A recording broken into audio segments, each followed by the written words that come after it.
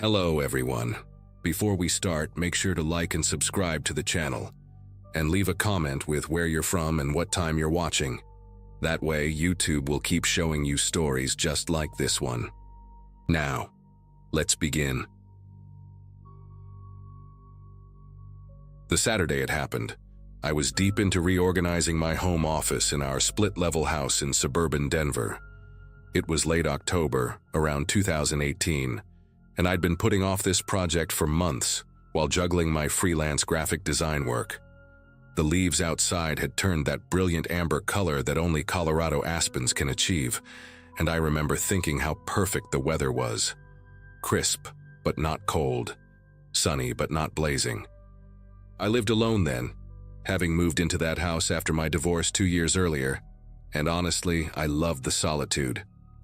The neighborhood was one of those quiet developments where everyone kept to themselves but would wave if they caught your eye. Nothing ever happened there, which was exactly why I'd chosen it. I was knee-deep in old client files, sitting cross-legged on the carpet surrounded by towers of paperwork, when the doorbell rang at 3:47 p.m. I remember the exact time because I'd just checked my phone, annoyed at the interruption.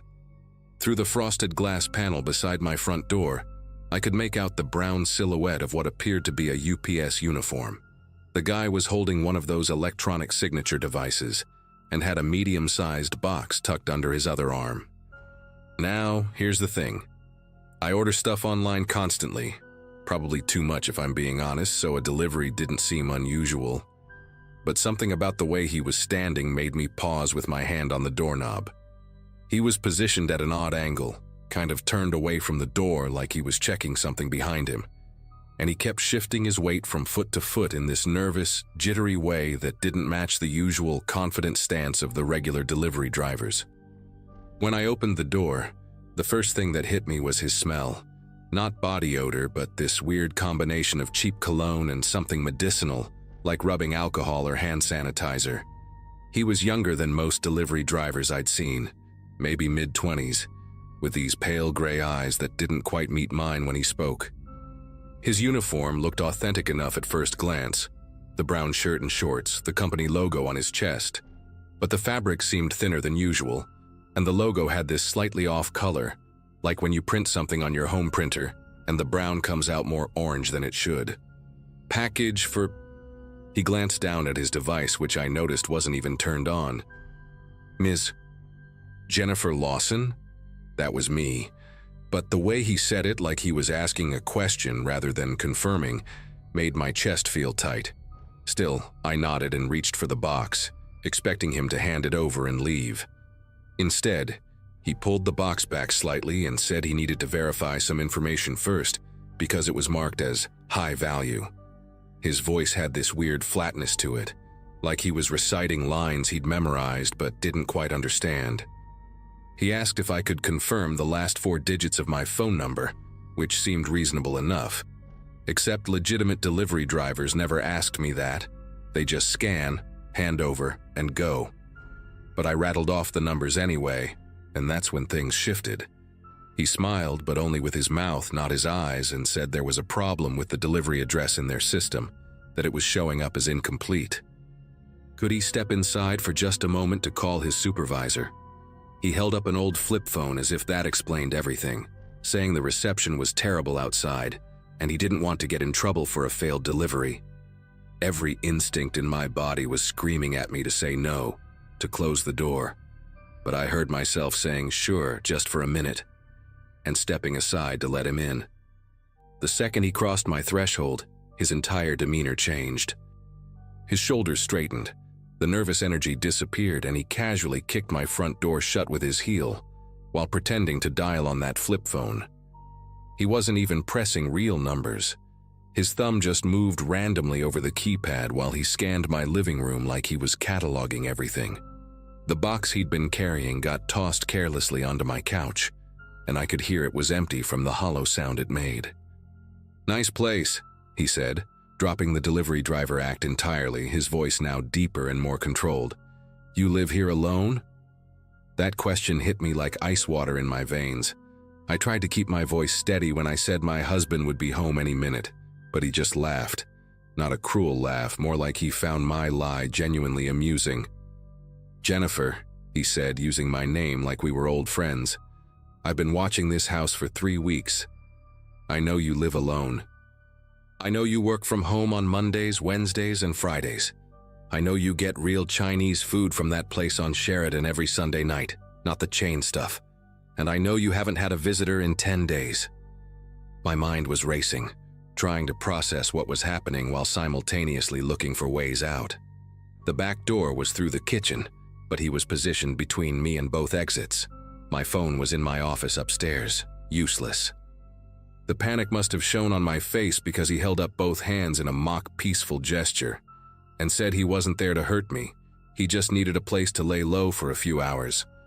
Apparently he'd gotten into some trouble. He didn't elaborate on what kind, and figured a nice, quiet house in a nice, quiet neighborhood would be perfect.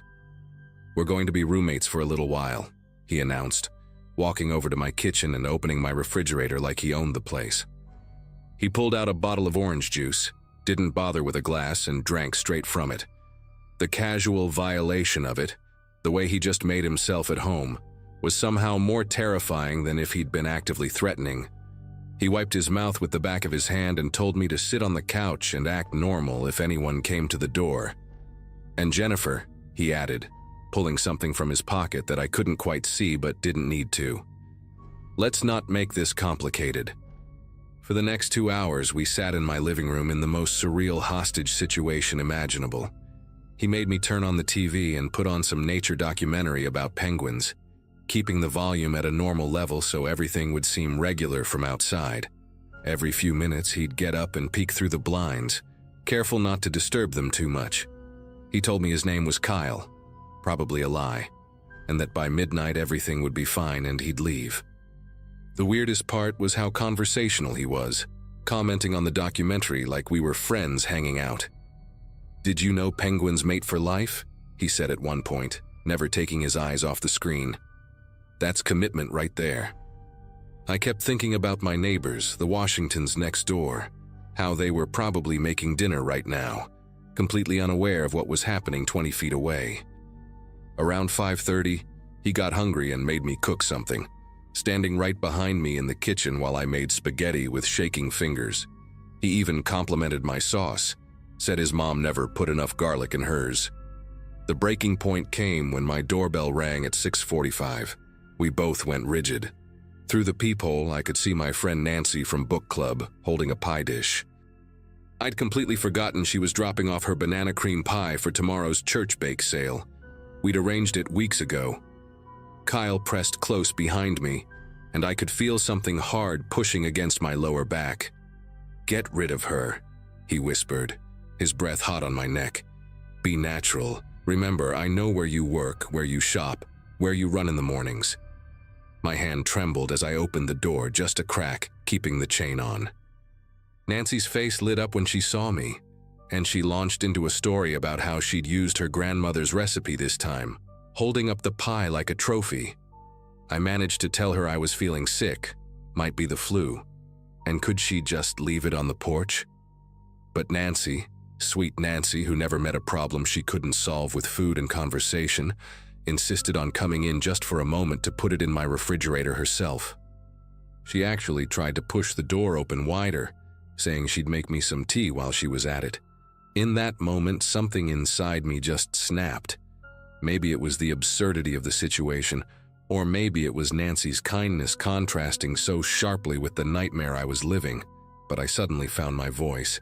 "Nancy," I said loudly, very loudly. "I threw up 3 times today. 3 times!" I practically shouted the last part, and then I did something I'd never done before.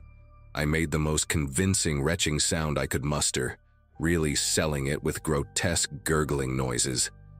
Nancy immediately stepped back, her face scrunching up in disgust and sympathy. But here's the thing, Nancy's husband Tom was a retired cop, and they had this system where if she ever felt unsafe, she'd text him a specific emoji. I knew this because she'd told our whole book club about it after a string of break-ins last year. While still fake gagging, I managed to wheeze out, "Nancy, you know that emoji you told us about? The one Tom knows?" Her eyes went wide for just a second. Then she played along perfectly. "Oh, honey, you rest up.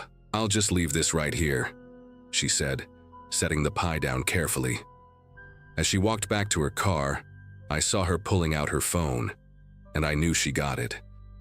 Kyle must have sensed something was off because he grabbed my arm hard enough to leave bruises and dragged me away from the door. "What emoji? What were you talking about?" His casual demeanor was completely gone now, replaced with paranoid fury. He started pacing, mumbling about needing to leave, but then stopping himself, saying it was too early, too risky. He made me show him my phone. Thank God it was upstairs and not on me. And when I said I needed to get it, he followed me up, staying so close I could smell that medicinal scent getting stronger with his sweat. We were in my office, him demanding to see my texts with Nancy when we both heard it. Multiple car doors slamming outside. No sirens, just quick, efficient movement. Kyle ran to the window and saw what I'd been praying for. 3 police cars positioned strategically around my house. Tom had come through. The next few minutes were chaos. Kyle started screaming at me, saying I'd ruined everything, that I had no idea what I'd just done. He was frantically looking for another way out, pulling me with him from room to room. But Tom had been smart about it. They had every exit covered without making it obvious they were planning to breach. Then came the phone call. My landline rang. Yes, I still had one of those, and Kyle made me answer it on speaker. It was Tom himself, using that calm, professional voice that must have served him well during his 20 years on the force. "Jennifer, this is Tom Washington. We know you have someone in there with you. We just want everyone to come out safely." Kyle laughed, but it was high-pitched, desperate. He yanked the phone from my hand and started rambling about how they didn't understand, how he just needed until midnight, how this wasn't supposed to happen like this. Tom kept his voice steady, asking Kyle what he needed, offering to help, but I could tell Kyle was spiraling. He hung up mid-sentence and turned to me with wild eyes. "The attic," he said suddenly. "Old houses like this always have those exterior attic vents. I can get onto the roof from there." He dragged me toward the hallway where the attic access was, and I realized with horrible clarity that he planned to take me with him. But as he pulled down the attic ladder, his grip on me loosened for just a second while he used both hands, and I did the only thing I could think of. I grabbed the heavy glass award I'd won for a design project. It was sitting on the hallway bookshelf, and swung it at his knee as hard as I could. The sound it made was awful, like cracking celery, but worse, and he went down screaming. I didn't wait to see if he'd get up. I just ran. I flew down those stairs faster than I thought possible, crashed through my front door, and literally collided with a police officer who was positioned on my porch. The relief of seeing that uniform, a real uniform this time, made my legs give out completely. They got Kyle about 10 minutes later when he tried to crawl out a bathroom window, with what turned out to be a severely fractured kneecap. Turns out Kyle was actually named Brandon Morse, and he was wanted for a series of home invasions across 3 states. His MO was always the same, the fake delivery uniform, targeting women living alone, staying just long enough to raid their valuables and financial information. I was lucky number 7, except this time he'd spotted police activity near his motel that morning and needed somewhere to hide. He'd been saving my house as a backup plan for weeks. The police found his real uniform in a bag in my bushes where he'd stashed it before ringing my doorbell, along with a notebook containing detailed observations about my routine and the routines of 3 other women in my neighborhood. I moved out of that house 2 months later, not because I was forced to, but because I could never shake the feeling that the walls had absorbed some of that day's terror. Every time I opened the refrigerator, I'd remember him drinking from my orange juice bottle. Every time someone rang the doorbell, even when I was expecting them, my heart would pound until I could verify who it was through the window. Nancy and Tom checked on me constantly those first few weeks, and Nancy even stayed over a few nights when the anxiety got too bad. The other women from his notebook were notified, and one of them, a nurse named Valerie who lived 3 streets over, told me she'd noticed a delivery truck parked near her house multiple times, but thought nothing of it. We all started a group chat, strange as that sounds. bonding over our shared near-miss with Brandon Morse. He got 15 years, by the way. His lawyer tried to argue that he never physically hurt anyone, but the judge didn't buy it. Sometimes I wonder if he's keeping notes on someone in prison the way he kept notes on us. These days, I live in an apartment building with a doorman and security cameras everywhere, and I haven't ordered anything online in 3 years. Every package goes to my office now, where there are always people around. And if you're wondering why I'm sharing this story, it's because last week a woman in Boston opened her door to a fake cable repairman. She wasn't as lucky as I was. Trust those instincts, folks.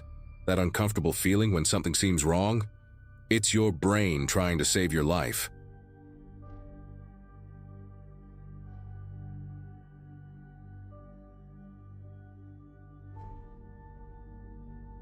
The smell hit me first. That thick, sour stench of unwashed bodies mixed with rotting food, and something else I couldn't quite place, like burnt plastic or rubber. I was already 20 feet inside the Garrison house, my camera hanging around my neck, when I realized I'd made a terrible mistake coming here alone. But let me start from earlier that day, before everything went to hell. I'm a freelance photographer, 31 years old. Been living in Charlotte, North Carolina for about 6 years now. I specialize in urban decay photography. Abandoned factories, dead malls, forgotten houses, that kind of thing. That Saturday in November 2022, I was hunting for new material for my portfolio, and the Garrison place on Pine Ridge Road had been on my list for months. The property had been rotting away since the early 2000s, caught up in some bureaucratic nightmare after the owner died without family.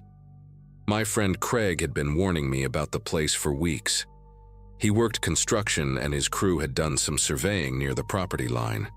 They'd spotted sleeping bags in the upstairs windows, fresh graffiti appearing between visits, and once they found a still warm fire pit in what used to be the living room. "People are living in there, man," he'd told me at poker night, his voice getting all serious. "Not just passing through, actually living there." But I'd photographed plenty of squatter camps before in Detroit, Philadelphia, places way rougher than suburban Charlotte.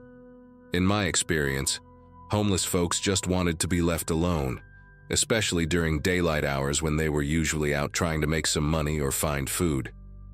I packed my camera bag that morning with the usual gear, extra batteries, memory cards, my tripod, and yeah, pepper spray in my jacket pocket just in case.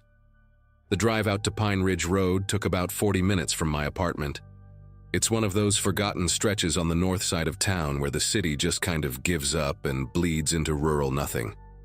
The Garrison house sat at the end of a broken asphalt drive, hidden behind a wall of kudzu and overgrown oak trees.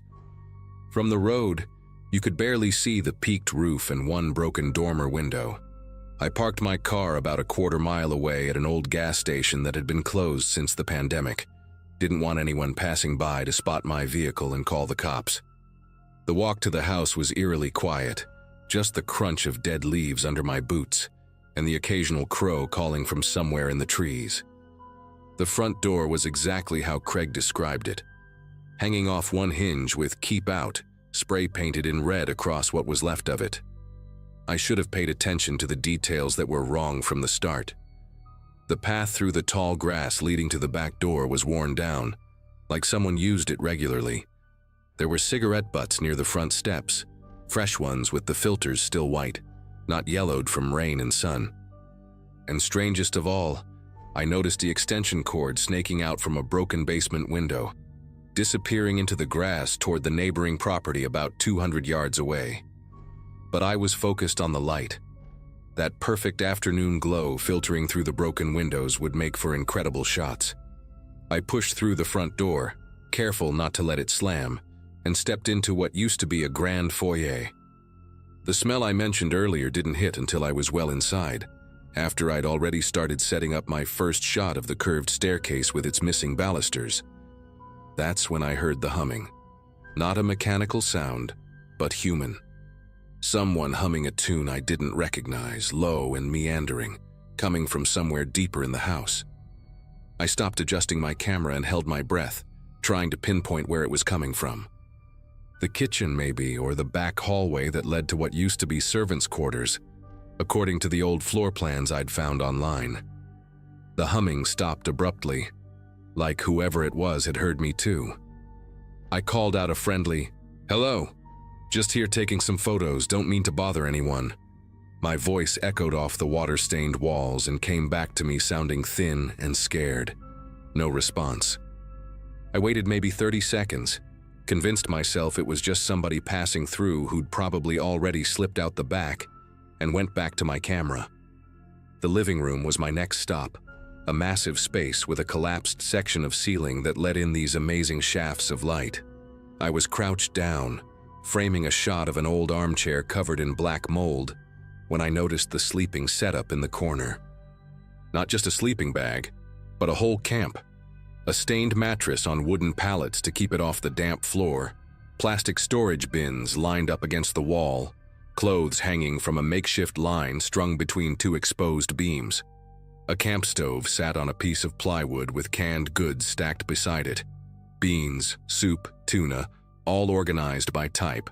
Someone had built a small shelf out of broken doors and cinder blocks, with paperback books arranged alphabetically by author.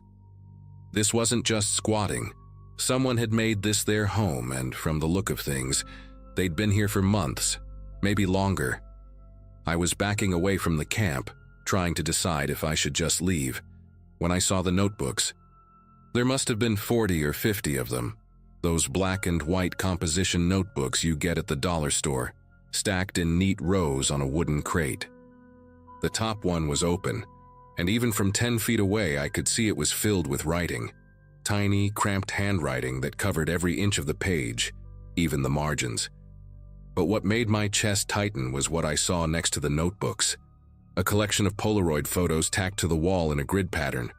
They were all of people taken from a distance, people at the gas station down the road, people walking dogs, people getting mail.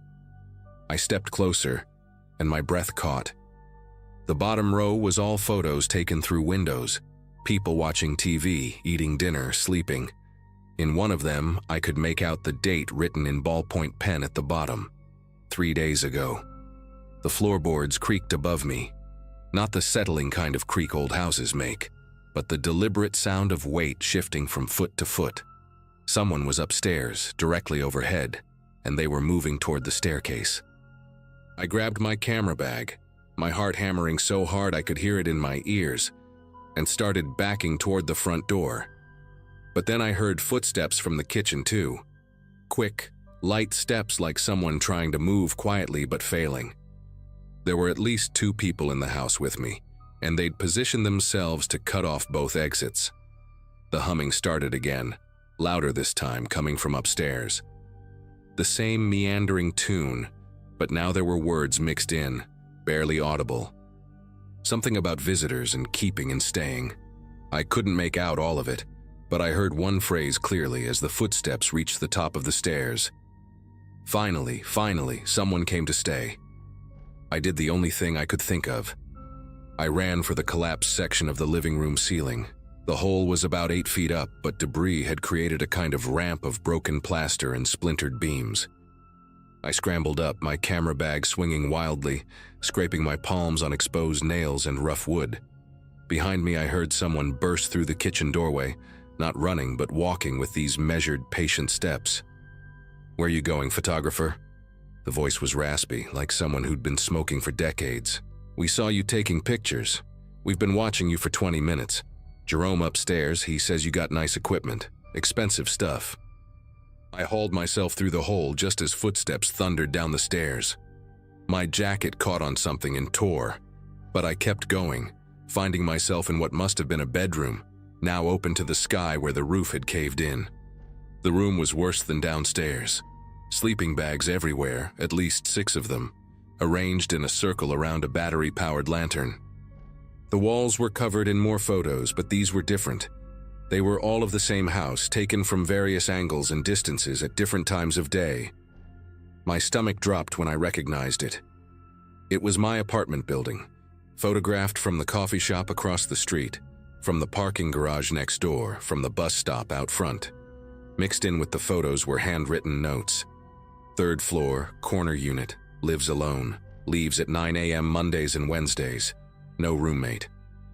No girlfriend. Parks in spot 47. They'd been watching me, following me. This wasn't random. They knew exactly who I was when I walked through that door. The humming was getting closer, echoing up through the hole I'd just climbed through. But now there were other voices too, coming from different parts of the house. 3, maybe 4 distinct voices, all talking to each other, coordinating. The collapsed roof was my only way out. I could see the sky, gray and overcast, about 12 feet above me.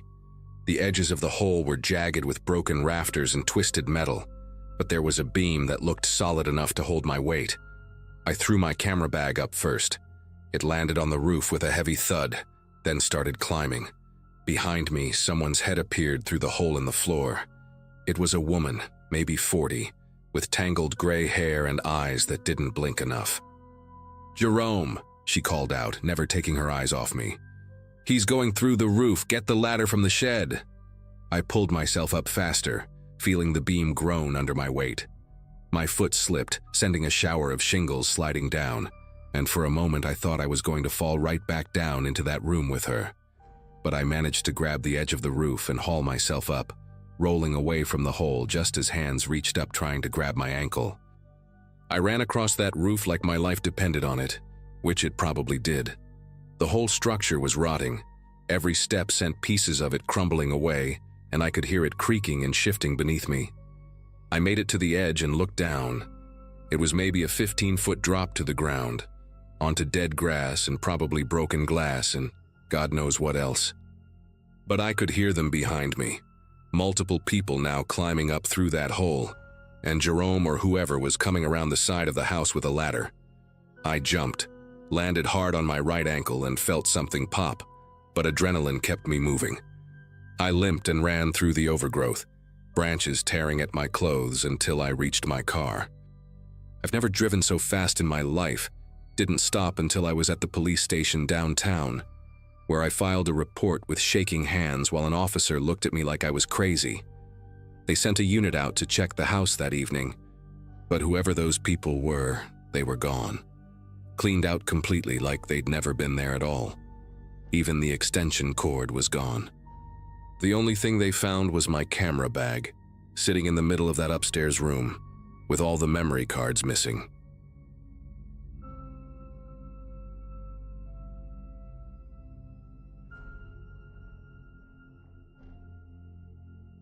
Friday nights in Austin always had this electric energy that made you feel like anything could happen.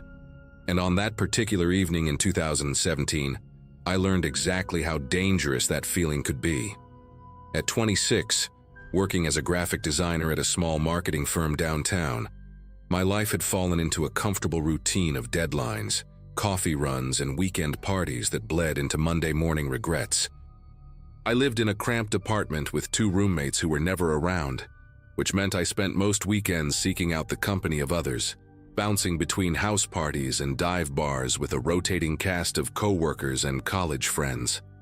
That night's destination was my co-worker Melissa's place, one of those sprawling suburban houses with a pool and a massive backyard that seemed designed for hosting 50 drunk people at once. I'd arrived around 9, started with craft beers before switching to vodka sodas, dancing to whatever playlist someone had thrown on, riding that perfect buzz where everything becomes hilarious and everyone seems fascinating. By 2 in the morning, the crowd had thinned to maybe a dozen people, and I was sprawled across Melissa's leather couch, squinting at my phone while trying to order an Uber that kept showing surge pricing at triple the normal rate. $60 for a 15-minute ride home. My friend Jason dropped onto the cushion next to me, his car keys making that distinct metallic jingle as he pulled them from his pocket. And even through my own haze, I noticed how deliberately he was moving, how carefully he was trying to appear sober. "Hey, I can drive you home," he offered, pronouncing each word with that exaggerated precision drunk people use when they're convinced they're fooling everyone around them. "Stopped drinking like an hour ago? Had a bunch of water and some of that pizza from earlier? I'm good to go." He lived 2 blocks from my apartment. We'd been friends since our sophomore year at UT, and he'd driven me home safely dozens of times before, though never when we'd both been at the same party, matching each other drink for drink since the night began. My phone battery was flashing at 8%. My credit card was already maxed from holiday shopping earlier that week, and Jason was standing there with this expectant smile, already heading toward the door like my answer was a foregone conclusion. I remember doing that drunk math in my head. 15 minutes home versus waiting another hour for prices to drop, sleeping on Melissa's couch with her cats that always triggered my allergies, or taking a ride with someone who seemed steady enough on his feet. "Just drive careful," I heard myself saying as I grabbed my purse and followed him out to the driveway, past a couple making out against someone's pickup truck, past the smokers huddled near the garage passing around a vape pen that smelled like artificial strawberries. Jason's silver Accord was parked crooked between a minivan and the curb, one tire actually up on the grass, which should have been my first real warning sign. But he just laughed when he saw it, said something about the driveway being packed when he'd arrived, and I laughed too because everything still had that soft, blurry quality that made bad ideas seem perfectly reasonable. We got in the car, and Jason spent what felt like a full minute adjusting his mirrors, messing with the seat position, finding his phone to plug into the charger. All those careful, methodical movements that drunk drivers do when they're trying to convince themselves they're in control. He backed out slowly, overcorrecting twice before getting onto the street, and I remember thinking maybe I should say something. Suggest we go back inside, call someone else, anything except continue down this path we'd started. But then we were on the main road, windows cracked to let in the humid December air that Austin gets sometimes, and for the first few blocks everything seemed fine. Jason was driving below the speed limit, both hands gripping the wheel at exactly 10 and 2, staying perfectly centered in his lane like he was taking a driving test. We passed closed shops and darkened restaurants, a few late-night food trucks still glowing with string lights, and I actually started to relax, thinking maybe I'd overreacted. Maybe he really had sobered up enough to get us home safely. Then we hit the freeway on-ramp, and everything changed in the span of 3 seconds. Jason merged without checking his blind spot, cutting off a black SUV that laid on its horn, and swerved around us, the driver shouting something through his window that got lost in the wind. Jason just laughed, actually laughed, and pressed harder on the accelerator, suddenly doing 70 in a 55 zone, weaving slightly between the painted lines like he was trying to thread a needle with a baseball bat. My seatbelt felt like the only thing keeping me anchored to reality, as the speedometer crept up to 75, then 80, the broken white lines blurring into a continuous stream beneath us. "Jason, slow down," I said, trying to keep my voice calm even though my heart was hammering against my ribs, my fingers digging into the door handle so hard I thought it might snap off. He turned to look at me, took his eyes completely off the road to look at me, and his pupils were huge, unfocused, like he was seeing me from underwater. "What? I'm fine, we're almost there," he slurred, and that's when I realized he wasn't just drunk anymore. Sometime between the house and the freeway, whatever adrenaline or concentration had been keeping him functional had completely evaporated. The car drifted into the right lane without warning, tires hitting those raised bumps on the shoulder that are supposed to wake up drowsy drivers, the whole vehicle shuddering like it was coming apart at the seams.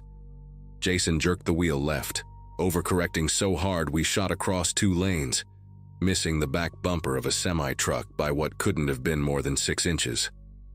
I could see the truck driver's face in his side mirror, eyes wide with shock, already reaching for his radio probably to call 911.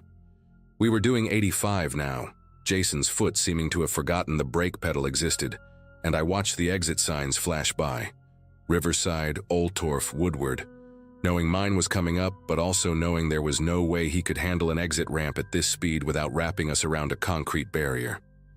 Cars were honking from every direction, some speeding up to get away from us, others slowing down to avoid the inevitable crash they probably thought they were about to witness.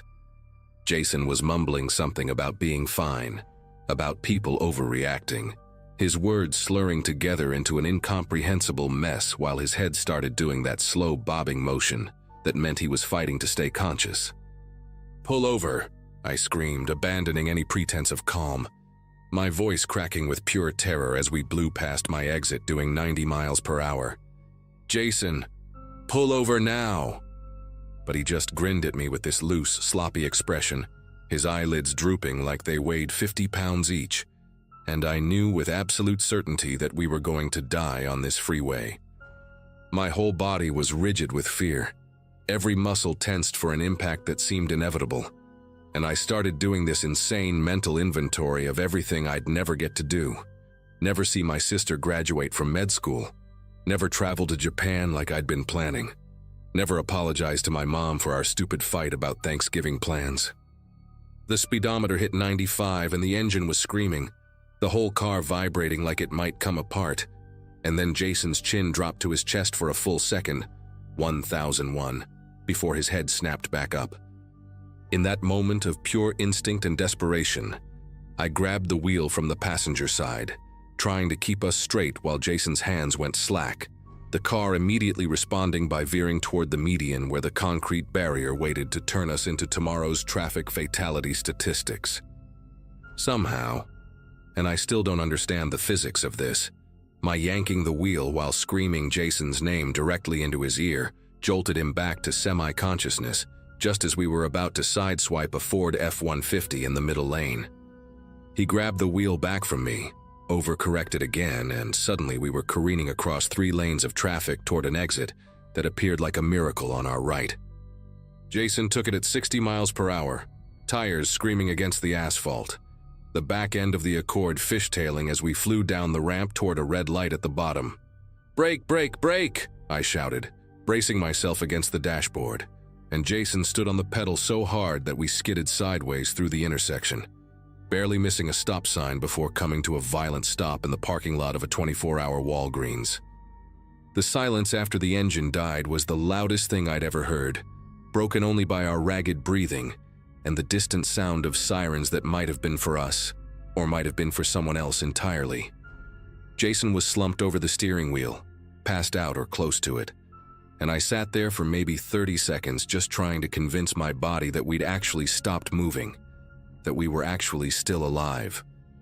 With shaking fingers, I unbuckled my seatbelt and stumbled out of the car, my legs barely supporting me as I made it around to the driver's side. Jason was completely unconscious now, a string of drool connecting his mouth to the steering wheel, and it took every ounce of strength I had left not to punch him in his stupid, reckless face. Instead, I called 911, then called my roommate Carla, who showed up 20 minutes later in her pajamas and flip-flops, taking one look at me before pulling me into a hug that made me finally start crying. The cops arrived shortly after, took one look at Jason's condition, and arrested him on the spot for DUI once the paramedics confirmed he wasn't having a medical emergency beyond being dangerously intoxicated. His blood alcohol was 18, more than twice the legal limit, and the officer who took my statement told me we were lucky to be alive, that he'd seen accidents with far less impaired drivers that had ended with multiple fatalities. I gave my statement while sitting on the curb outside Walgreens, watching the red and blue lights reflect off the store windows, still feeling the phantom sensation of the car swaying beneath me. The aftermath was swift and brutal for Jason. He lost his license, got sentenced to 90 days with 60 suspended, had to attend mandatory AA meetings for a year, and paid thousands in fines and legal fees. But that wasn't what ended our friendship. What ended it was when he called me 2 weeks later, not to apologize, but to ask if I could tell the court that he'd seemed fine to drive, that maybe I was exaggerating how bad it had been, because I'd been drinking too. I hung up on him mid-sentence and blocked his number on everything, and when mutual friends asked what had happened between us, I just told them to never get in a car with Jason if he'd had even one beer.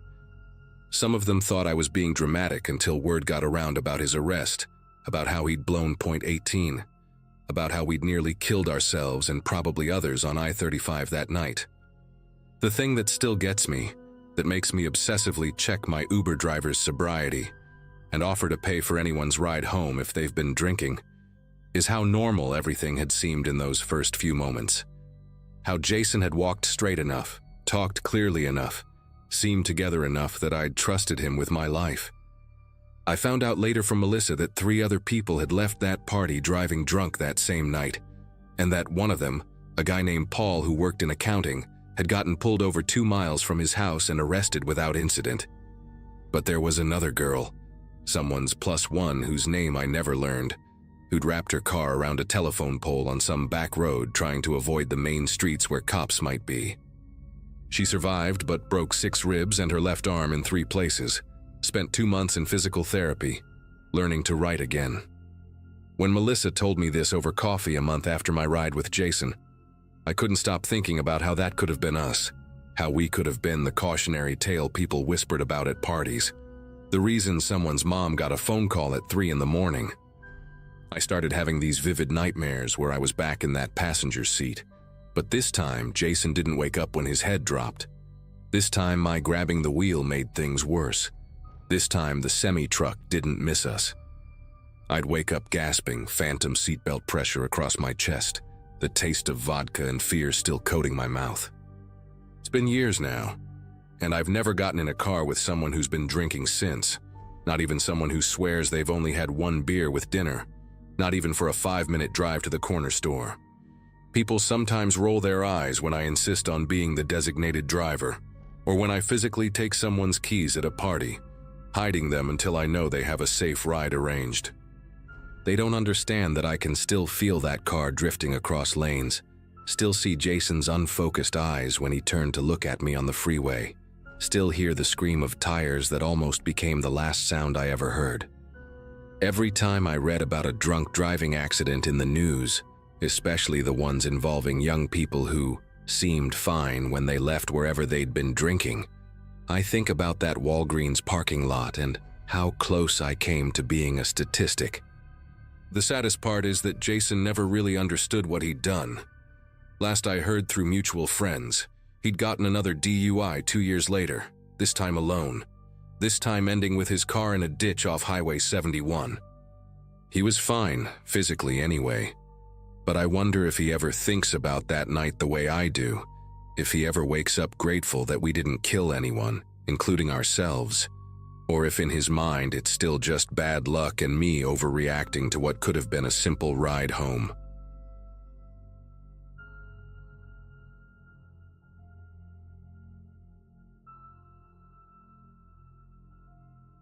The marketing startup that hired me in Seattle promised innovation and creativity, but mostly delivered 60-hour weeks and lukewarm coffee in the break room.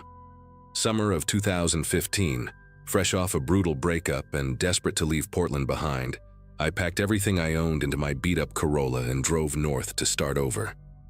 Capitol Hill seemed like the perfect neighborhood for someone in their mid-20s.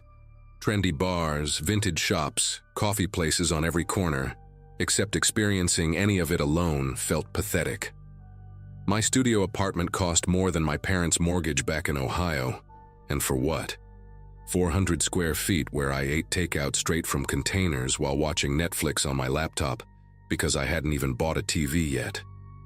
My college friends were scattered across Portland and San Francisco, living their best lives according to Instagram, while I spent Friday nights reorganizing my closet and pretending I was too tired to go out anyway.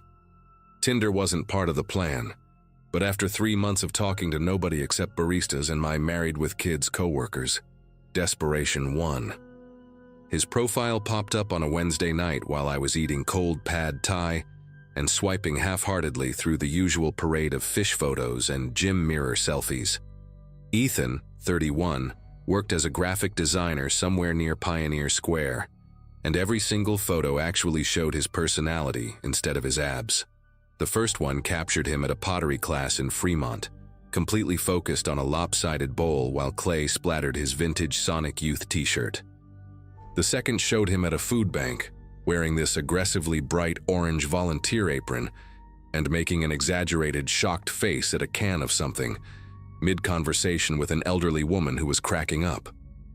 Another photo had him on what looked like a hiking trail, crouched down photographing a banana slug, with the concentration of a National Geographic photographer, which honestly made me laugh out loud alone in my apartment.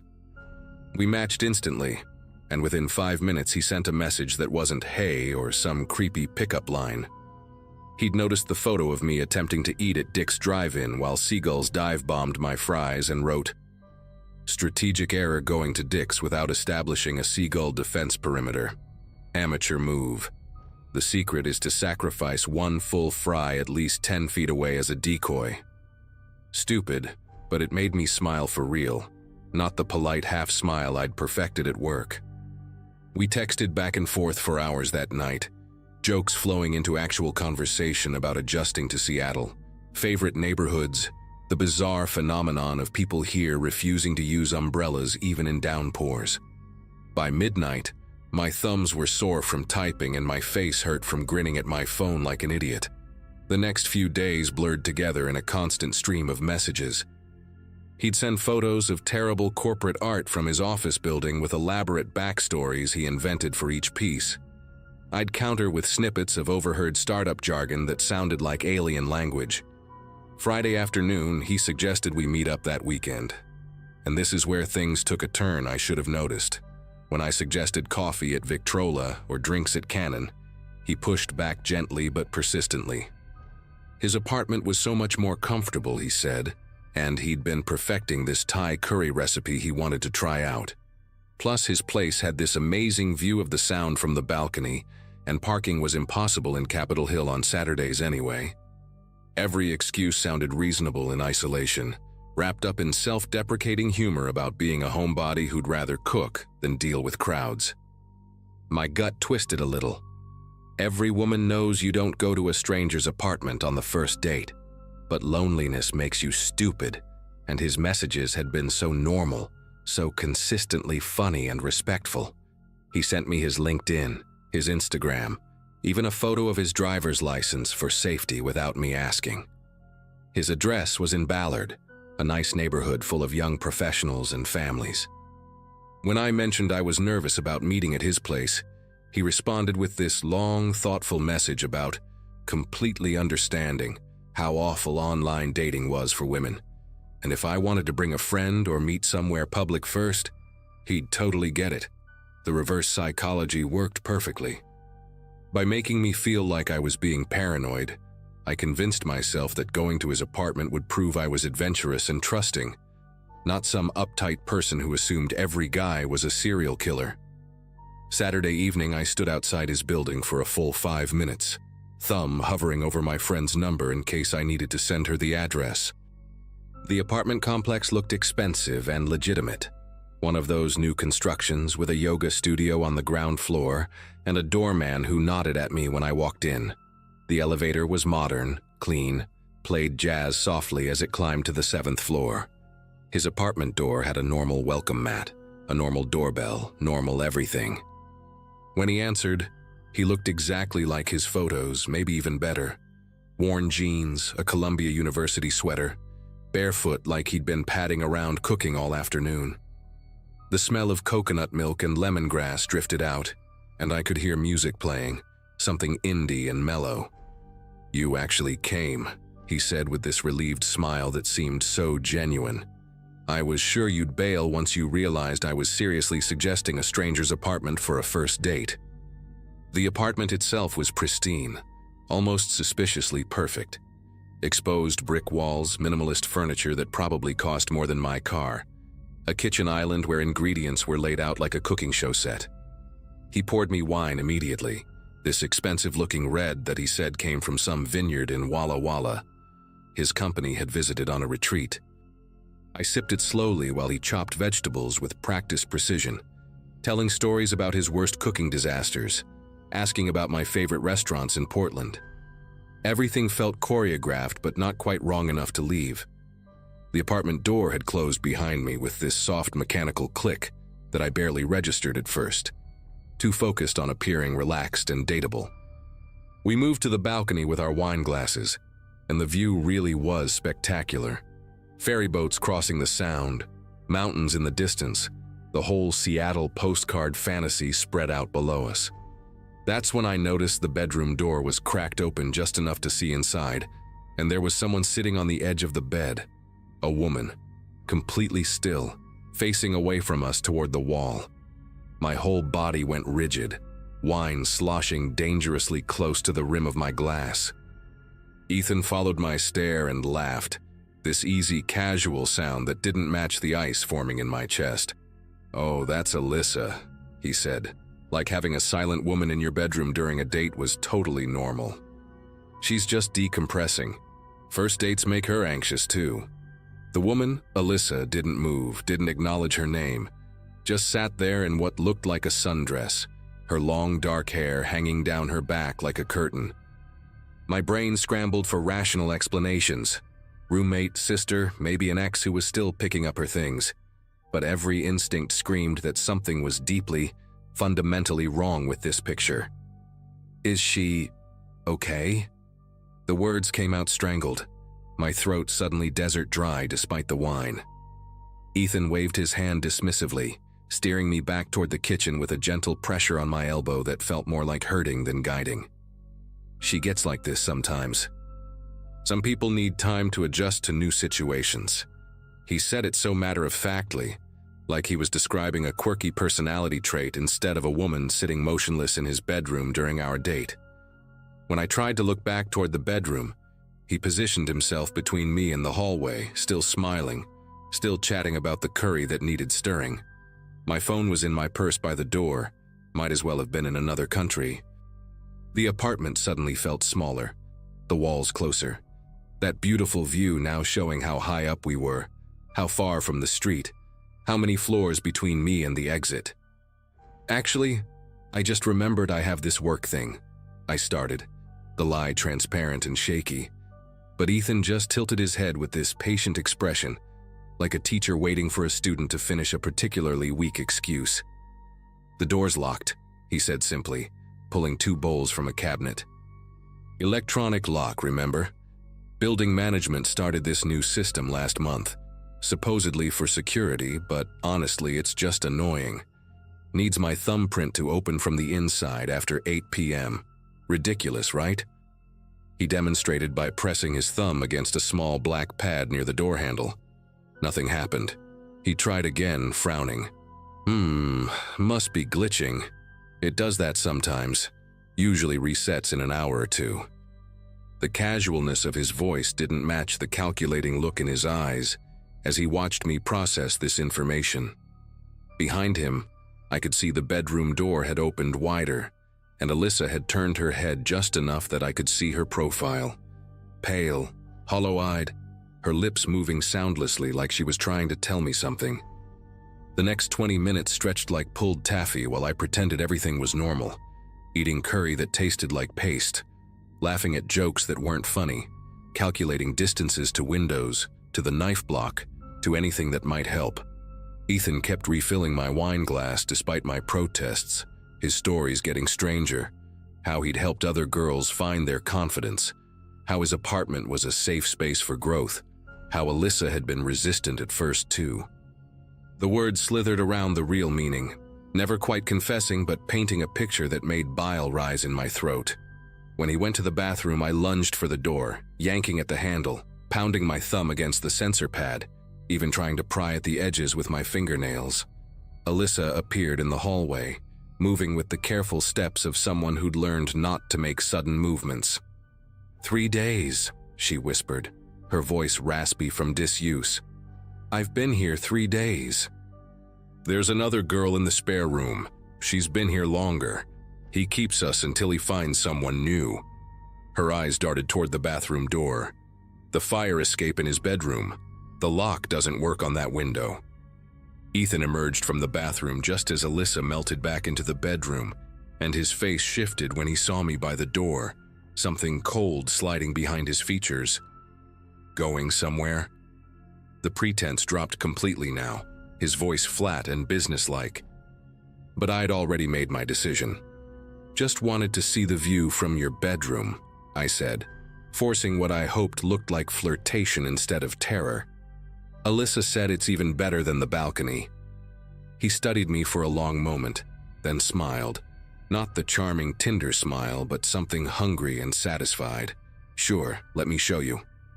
The moment we entered the bedroom, Alyssa created the perfect distraction by suddenly bolting for the main door, screaming and pounding on it. Ethan cursed and rushed after her, and I didn't hesitate. I sprinted for the window, shoving it open and climbing onto the fire escape. 7 floors down, my legs shaking so hard I could barely manage the ladders, his shouts echoing above me, then Alyssa's voice joining mine as she followed. We made it to the street, both of us, then eventually all 3 of us when we went back with the police for the girl in the spare room. The police found enough evidence in his apartment to charge him with false imprisonment, kidnapping, and a dozen other things I can't even remember, because the detective's words kept buzzing in and out like a broken radio. The girl from the spare room, Harmony, had been there for 2 weeks, surviving on meal replacement shakes and whatever he brought her, too terrified to attempt escape after he'd shown her what he claimed was a recording of her parents' house, threatening what would happen if she tried to leave. The electronic lock story was partially true. He'd illegally modified his apartment's security system to trap women inside, a discovery that led to 3 other cases in different cities where he'd lived before. The trial took 14 months, and seeing him in an orange jumpsuit instead of that Columbia sweater should have felt like victory. But mostly, I just felt hollow and angry at myself for walking into such an obvious trap. Alyssa and I stayed in touch for a while, trauma bonding over coffee and therapy appointments, comparing notes about the red flags we'd ignored, the way loneliness had made us vulnerable. She told me he'd used the same pottery class photo on her, the same carefully crafted messages, even the same Thai curry recipe as bait. We testified together, hands clasped under the defendant's table while his lawyer tried to paint us as willing participants who'd had regret afterwards. 30 years he got, with possibility of parole in 15. Sometimes I still check my door locks obsessively at night, and I haven't used a dating app since, but at least I can sleep knowing he's locked up now, and his door only opens when someone else decides it should. The irony isn't lost on me, and I hope it's not lost on him either, sitting in a cell he can't thumbprint his way out of.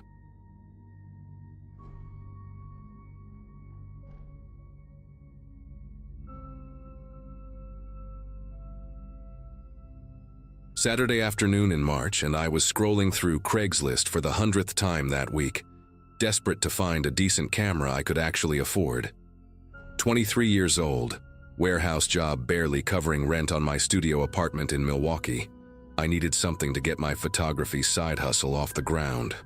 Most listings were either overpriced junk or obvious scams, but then I spotted it, a Canon 5D Mark III with 2 lenses for $800. The seller, who went by Roger in the messages, claimed he needed quick cash for a family emergency. He seemed genuine enough in our email exchange, even sent additional photos when I asked, showing the camera from different angles with a handwritten note displaying that day's date. The apartment complex he lived in wasn't far from my place, maybe a 20-minute drive through the industrial part of town where all the old breweries used to operate. Everything about the listing felt right, like I'd finally caught a break after weeks of searching through garbage deals and sketchy posts. Roger had suggested we meet at his apartment because, according to him, the camera equipment was heavy, and he had original boxes, warranties, extra batteries. The whole setup that would be a hassle to drag to some parking lot. His messages were friendly, peppered with photography terms that made him sound legit, talking about f-stops and ISO settings like someone who actually knew their stuff. He mentioned he was upgrading to newer equipment and just wanted his old gear to go to someone who'd appreciate it. The address he gave me was for Unit 4B in a converted factory building, one of those trendy loft-style places that had been popping up all over the city. When I pulled up around 3 that afternoon, the building looked normal enough. Exposed brick, big windows, a hipster coffee shop on the ground floor with people typing away on laptops.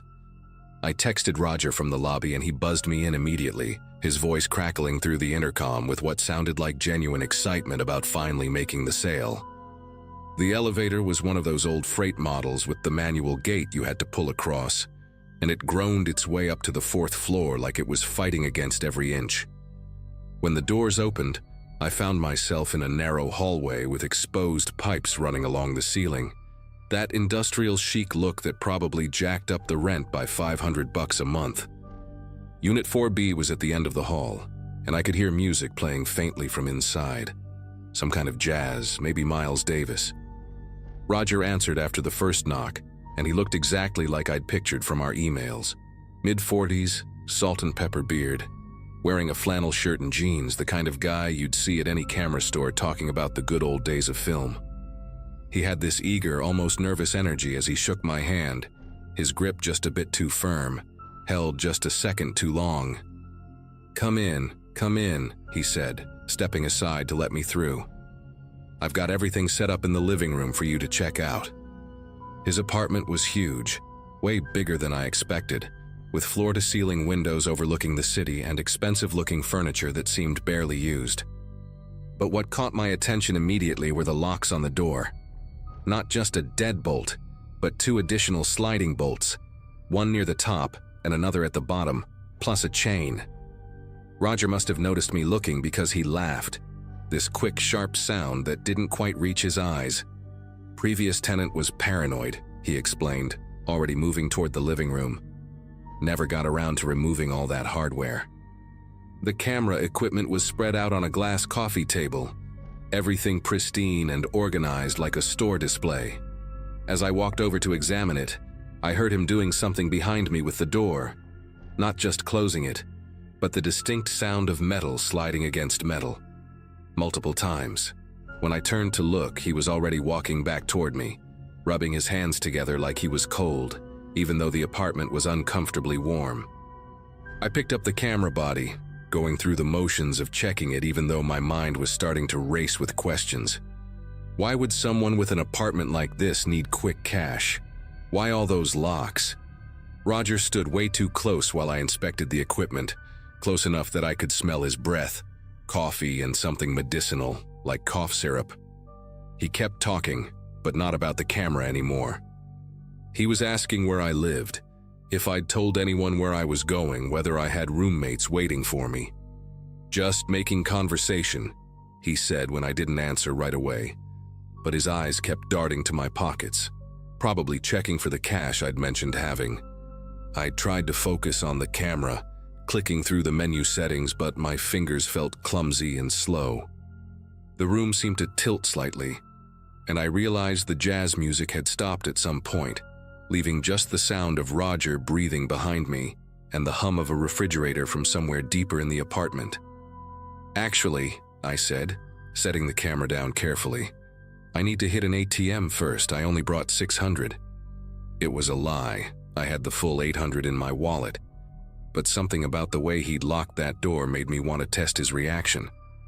Roger's whole demeanor shifted in an instant, his friendly mask slipping just enough for me to see something else underneath.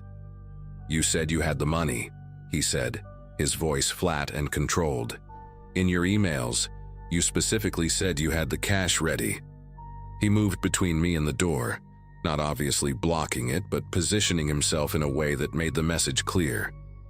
That's when I noticed the wedding ring on his finger, despite him telling me in emails he lived alone, and more disturbing, the fresh scratches on his arms, parallel lines like someone had clawed at him.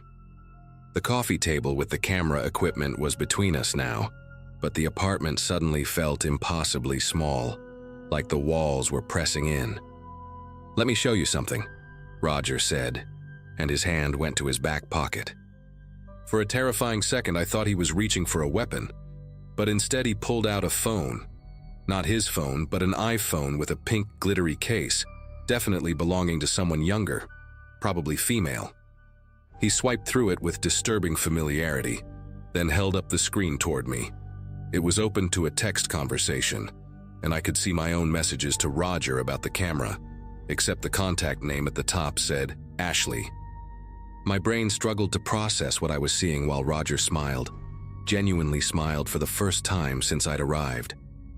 Ashley was so disappointed when her buyer fell through last week, he said, tilting his head like we were sharing some inside joke. But her phone still gets plenty of interested messages. Amazing what people will do for a good deal, right? My mouth went completely dry as I understood. There was no Roger, no camera for sale, and I was standing in the apartment of someone who had done this before. Without thinking, just pure instinct, I grabbed the camera from the table and hurled it at the window. The sound of it hitting the glass was like a gunshot in the quiet apartment, and even though it didn't break through, it left a spider web of cracks. Roger lunged forward, not at me but at the camera, scrambling to pick it up like it actually mattered to him. That gave me the seconds I needed to bolt toward the door, my fingers fumbling with the locks while my whole body shook with adrenaline. The chain was easy, but the sliding bolts were stiff, painted over, and Roger was already getting up, the camera cradled in his arms like a baby. "That's a $1,200 lens," he screamed, his careful composure completely gone. The bottom bolt finally gave way just as his hand grabbed my shoulder, fingernails digging through my shirt. I twisted hard, hearing fabric tear, leaving him holding a piece of my shirt as I yanked the door open and stumbled into the hallway. I ran toward the elevator, but could hear Roger behind me, barefoot slapping against the concrete floor. The freight elevator was still on the 4th floor, but there was no time to pull that heavy gate closed and wait for it to descend. I spotted the stairwell door and crashed through it, taking the steps 3 at a time, using the railing to swing myself around each landing. Roger followed for 2 floors, his shouts echoing in the stairwell. Not threats, but bizarre complaints about the damaged camera, about how I didn't understand the arrangement, about how Ashley had been much more cooperative. By the 2nd floor, his voice had faded, and I burst out into the coffee shop through a side entrance I hadn't noticed before. Everyone looked up from their laptops, some college kid with huge headphones, a woman with a baby stroller, 2 guys in business suits having a meeting. I must have looked insane, shirt torn, sweating and gasping for breath, but I didn't care. I kept moving, straight through the shop and out onto the street, didn't stop running until I reached my car 4 blocks away, where I'd parked it to avoid paying for a meter. My hands shook so badly it took 3 tries to get the key in the ignition. As I drove away, I kept checking the mirrors, expecting to see Roger somehow following me, but there was just normal Saturday traffic. At a red light, I finally pulled out my phone to call the police, but hesitated. What would I even say? That I went to buy a camera and the seller was creepy? That he had someone else's phone? I didn't even know his real name, and technically, he hadn't done anything illegal that I could prove. Instead, I drove to a busy gas station and sat in my car for 20 minutes, doors locked, trying to stop shaking. I searched online for Ashley Milwaukee missing person and found 3 different results from the past year. One of them, Ashley Brennan, 19 years old, had disappeared after telling her roommate she was going to buy a laptop from someone online. Never found. The police report mentioned her phone last pinged at an address in the industrial district, but the lead went nowhere. I sat there staring at her photo, this girl with bright eyes and a genuine smile, knowing exactly where her phone was now. I did end up calling the police from that gas station parking lot, giving them every detail I could remember. The apartment number, Roger's appearance, the pink phone case, Ashley Brennan's name. The officer who took my report sounded interested at first, especially when I mentioned Ashley, but then asked if I'd been physically harmed or if any crime had been committed against me. When I admitted that, technically no, I hadn't been hurt and nothing was stolen, his tone changed. He said they'd look into it and have someone check the apartment, but warned me that without evidence of a crime, there wasn't much they could do. 2 days later, a detective called me back. They'd sent officers to Unit 4B, but the tenant, a Mr. George Hoffman, wasn't home. The building manager said Hoffman had been a model tenant for 2 years, quiet, paid rent on time. Without a warrant, they couldn't search the apartment, and my story alone wasn't enough for a judge to sign one.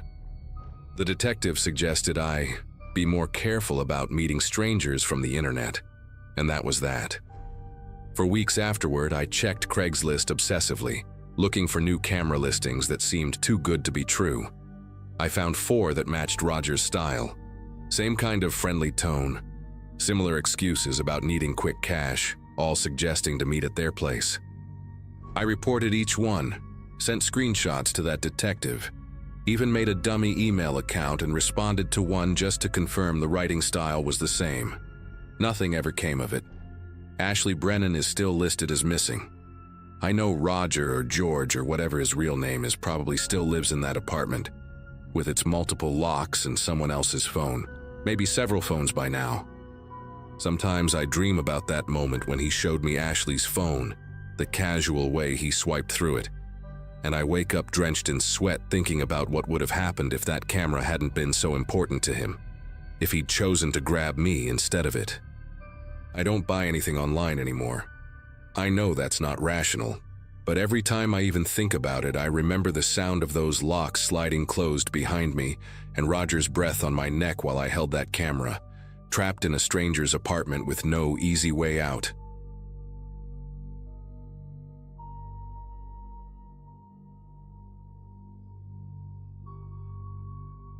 The trail marker said 4.2 miles, moderate difficulty, and it should have taken me 2 hours at most. That Saturday in early September, I'd driven 3 hours from Chicago just to walk through some woods and clear my head after finishing a project that had consumed my entire summer.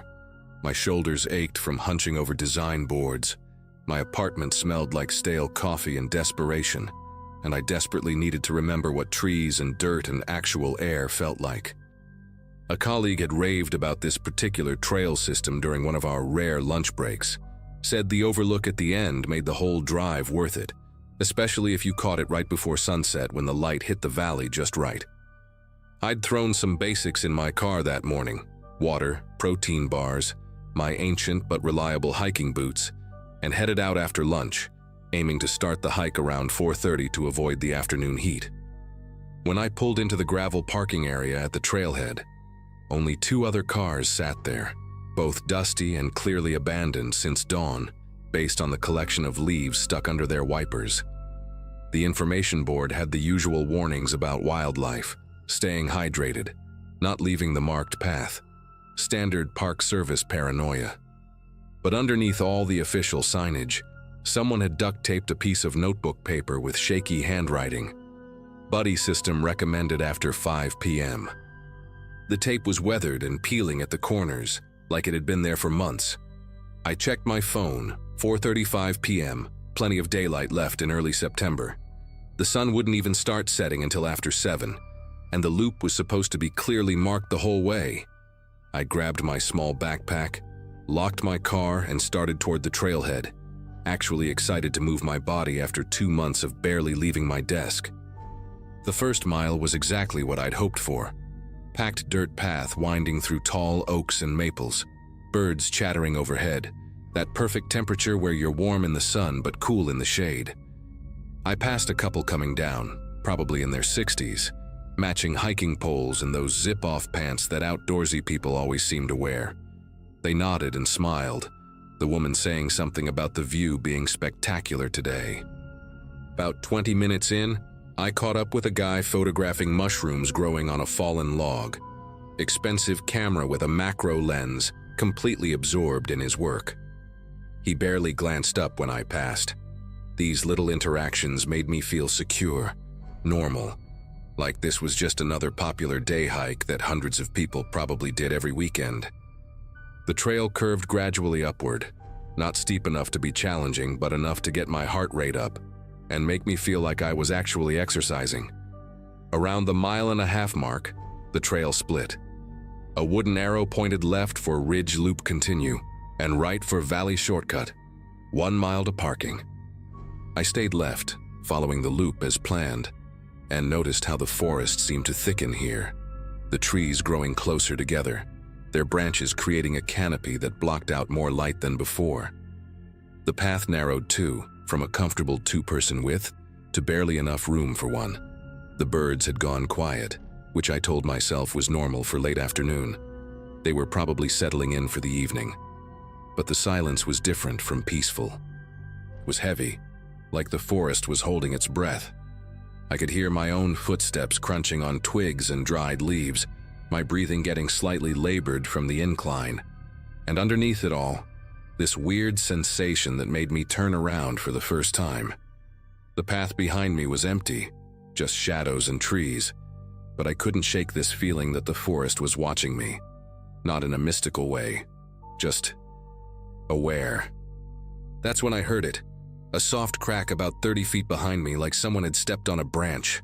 I stopped, listened, told myself it was probably a deer or a raccoon. Wildlife, right?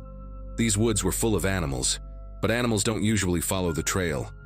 They cross it, maybe parallel it for a bit, but they don't stay on the actual path that humans use.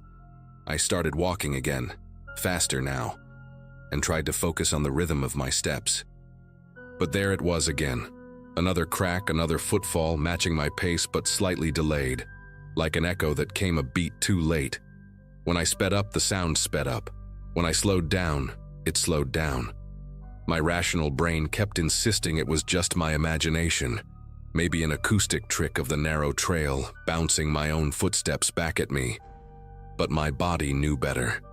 Every instinct I had was screaming that something was wrong, that I needed to get out of there. I pulled out my phone to check the time, 5:43 p.m., and noticed I had no signal. Not unusual for trails, but it made me feel suddenly, violently alone. The sun was getting lower, casting longer shadows across the path, and I realized I hadn't seen another person for over an hour, not since the mushroom photographer. The trail curved sharply ahead, disappearing behind a cluster of thick pines, and I had this overwhelming urge to run around that corner, to put distance between myself and whatever was behind me. But running felt like admitting something was actually wrong, like breaking some unspoken rule that would make everything worse. So I compromised. I walked faster, my boots hitting the ground harder, making more noise to maybe scare off whatever animal was back there. Except animals usually get scared. Animals run away when you make noise. This didn't. The footsteps behind me just adjusted again, maintaining that same careful distance, never getting closer but never falling farther behind either. The overlook was supposed to be at the 2-mile mark, just past a series of switchbacks that would take me higher up the ridge. I could see the trail starting to zigzag ahead, and I made a decision. I would get to the overlook, take a quick photo to prove I'd made it, then head straight back down. Forget completing the loop. As I started up the first switchback, I risked another glance behind me. The trail was still empty, but I caught something. Movement, maybe. Or just a shadow that seemed out of place about 40 feet back, right at the edge of where the path curved out of sight. It was gone so fast I couldn't be sure I'd seen anything at all. But then I heard breathing. Not mine. I'd been holding my breath without realizing it. This was different, heavier, controlled, like someone trying to breathe quietly but not quite succeeding. The sound drifted up from below as I climbed the switchback, and for the first time, real fear hit me. This wasn't my imagination. Someone was following me.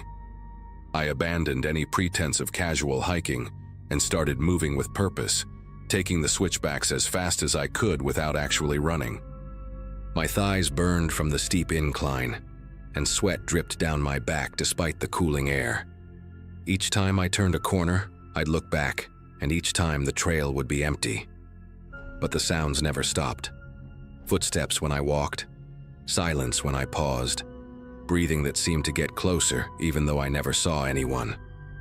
On the third switchback, I spotted something that made me stop cold. There was a footprint in a muddy patch, fresh, the edges still sharp and defined. It was from a boot, larger than mine, with a distinctive tread pattern, diagonal lines crossing in a diamond pattern. I knew it was fresh because I could see my own print from where I'd stepped moments before, and this one was on top of a leaf that I remembered stepping around. Someone had walked here after me recently, maybe only seconds ago. They were closer than I'd thought. The overlook came into view suddenly, opening up from the claustrophobic forest into a wide, rocky outcrop with a wooden railing along the edge. The valley spread out below, bathed in golden late-afternoon light, absolutely beautiful and absolutely irrelevant because all I could think about was that I was trapped. The overlook was a dead end.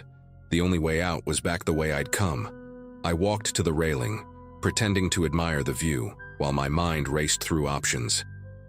I could hear footsteps approaching now, no longer trying to match mine, just steady and deliberate on the gravel. I gripped the railing and turned around. A man emerged from the tree line, tall, maybe mid-40s, wearing dark hiking clothes and those same boots I'd seen the print from. He had one of those faces that was completely forgettable, except for his eyes. Pale gray, unblinking, focused on me with an intensity that made my stomach clench.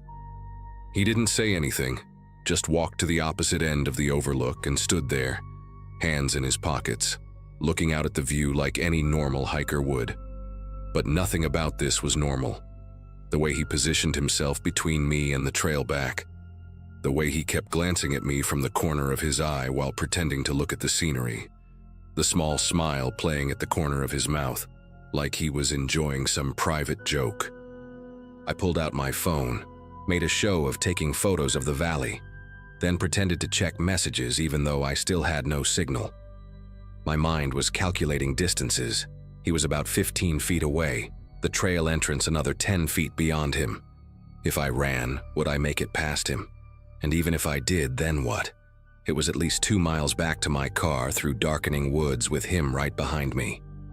I forced myself to stay calm, to breathe normally, to act like just another hiker enjoying the view, but my body was coiled tight, ready to bolt at the slightest movement from him.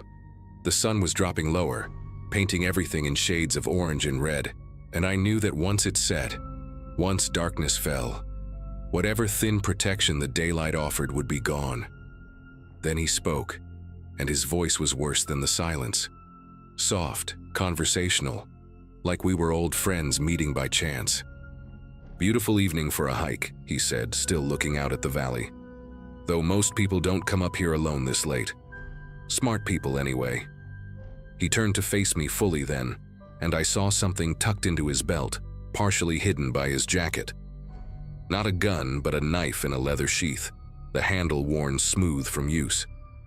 "You heading back down soon? Trail gets pretty dark after sunset. Easy to get lost. Easy for accidents to happen." The way he said accidents made my skin prickle. I managed to find my voice, kept it steady somehow. "Yeah, just heading back actually, meeting friends at the parking lot." The lie came out smoothly, but his smile widened like he knew exactly what I was doing. "Friends?" he repeated, taking a step closer. "That's good, though I didn't see any other cars when I parked, just yours and mine." My heart was hammering so hard I was sure he could hear it. He knew I was alone. He'd been watching me from the beginning, maybe even before I started hiking. That's when I heard it, voices coming up the trail. Multiple voices getting closer. The man's expression shifted instantly, the smile vanishing, his jaw tightening with frustration. A group of college-aged kids burst into the overlook, 5 of them, loud and laughing, passing around a water bottle and taking selfies. One of them, a girl with bright pink hair and a nose ring, looked between me and the man, seemed to sense something, and walked directly over to me. "Hey, oh my God, this view is insane. Can you take a picture of our group?" She handed me her phone before I could answer, and suddenly I was surrounded by these kids, all posing and joking. The man stood there for a moment, his gray eyes locked on mine over their shoulders. Then he turned and walked back toward the trail. "Getting dark," he said to no one in particular. "Time to head down."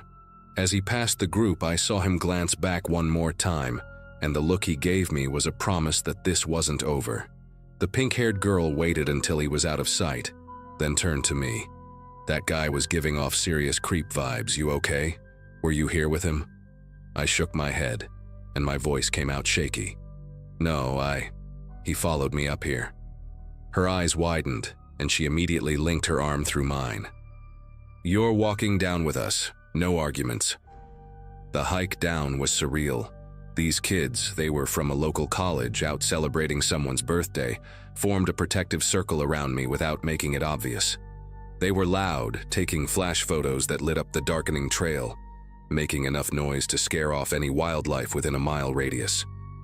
The pink-haired girl, whose name was Jade, stayed right next to me the whole time, asking me questions about anything and everything except what had happened up there. But every time we rounded a corner, every time the trail narrowed, I could see her friends scanning the woods, looking for that man. About halfway down, one of the guys in the group mentioned seeing fresh boot prints going off the trail into the woods.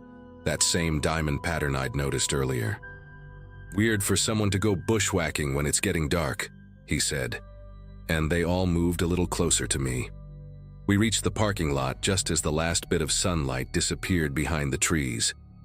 My car was there, and so was another one, a dark blue pickup truck with mud splattered on the sides, parked right next to mine, so close I'd have to squeeze to get into the driver's door. The college kids waited while I got in, Jade actually standing between the two vehicles like a guard while I started the engine.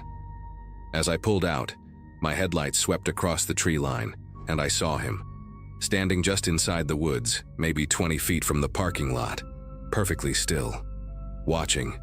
The kids saw him too.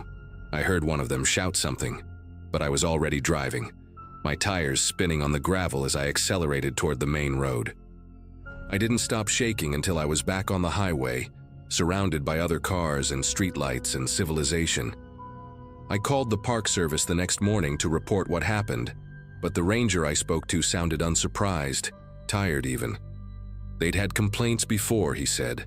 Single hikers, usually women, reporting someone following them on that trail. They'd never caught anyone, never found anything concrete enough to close the trail or post warnings beyond that handwritten note someone had taped to the sign. He took my information, said they'd increase patrols, but we both knew that meant nothing. I haven't been hiking alone since then. I joined a hiking group, always go with at least 3 other people, and I never, ever stay out past 5 p.m. Sometimes I think about that man. Wonder if he's still out there on that trail, waiting for someone else to come along alone. And sometimes, when I'm home safe and the memory doesn't seem quite as sharp, I think about that pink-haired girl and her friends, how they didn't hesitate to help a stranger. That's the part I try to focus on.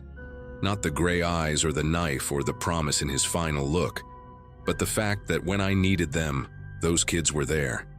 Still, I know I got lucky. Really, really lucky. And I know somewhere out there he's still hiking those trails, still watching, still waiting for someone who won't be.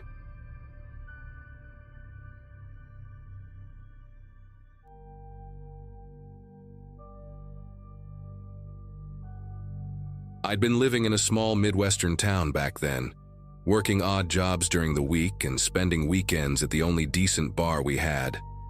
Everyone in town knew each other, and it wasn't unusual to run into the same group of faces every Friday night.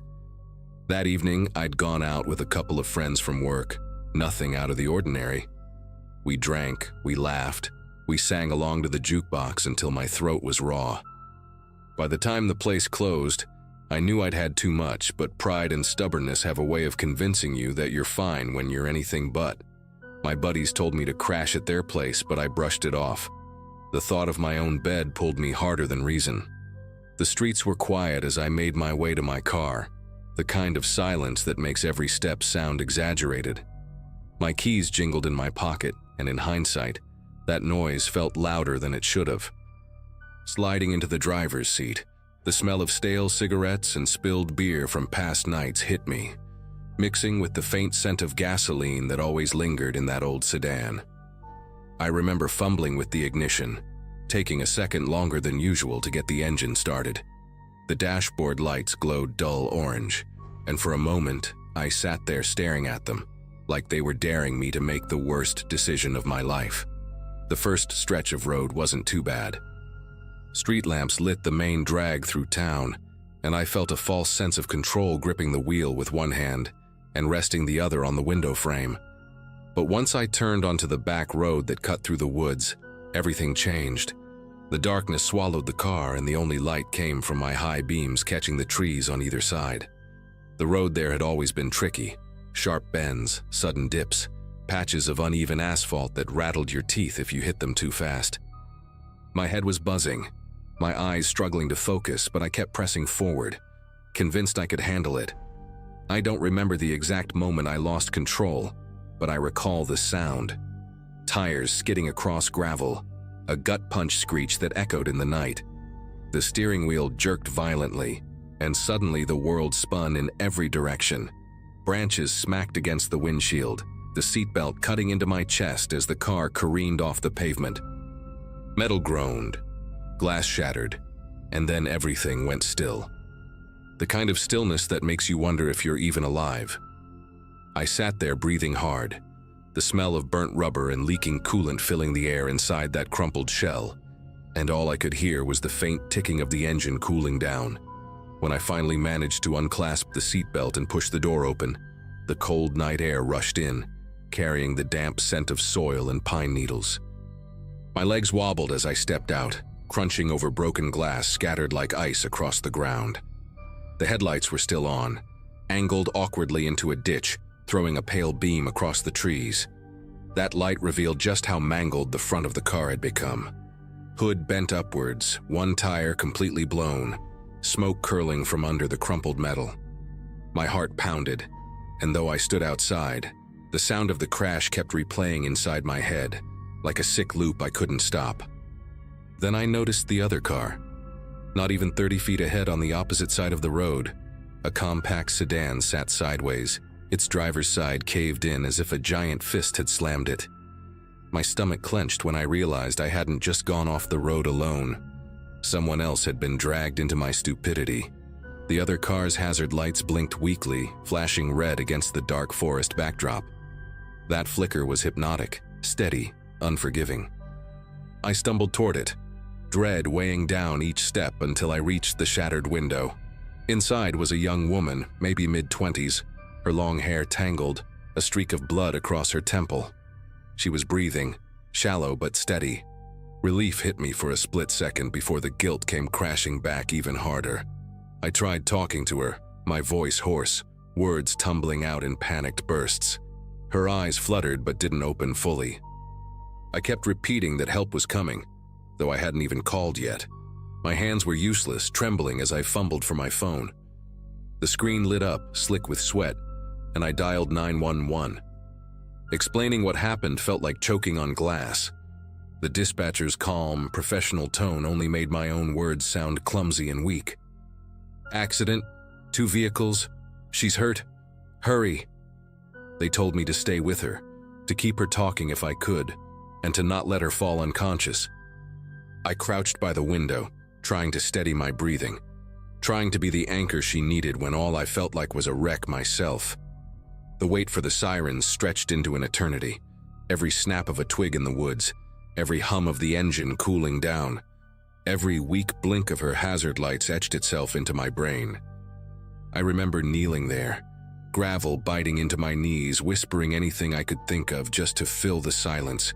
Her name, if she could tell me, whether she had someone I should call, anything at all. She barely responded, but every faint groan, every twitch of her lips kept me locked in that moment. And behind it all, a thought grew louder and louder. This was my doing. My choice to drive had drawn a stranger into a nightmare she never asked for. When the sirens finally pierced the silence, red and blue lights washed over the trees, bouncing off the twisted metal like a cruel spotlight. Paramedics rushed past me, voices sharp and precise, their movements fast in ways mine had failed to be. They pried open her door with tools that screamed against the frame, pulled her out carefully, and placed her onto a stretcher. I stood back, useless, feeling like a ghost haunting my own disaster. One of the officers asked me to sit on the roadside while they assessed me, but my eyes never left her. Watching them lift her into the ambulance felt like seeing my guilt drive away with her, siren fading into the night. The officer who stayed behind with me had a face carved with lines of long experience, his expression caught between duty and disappointment.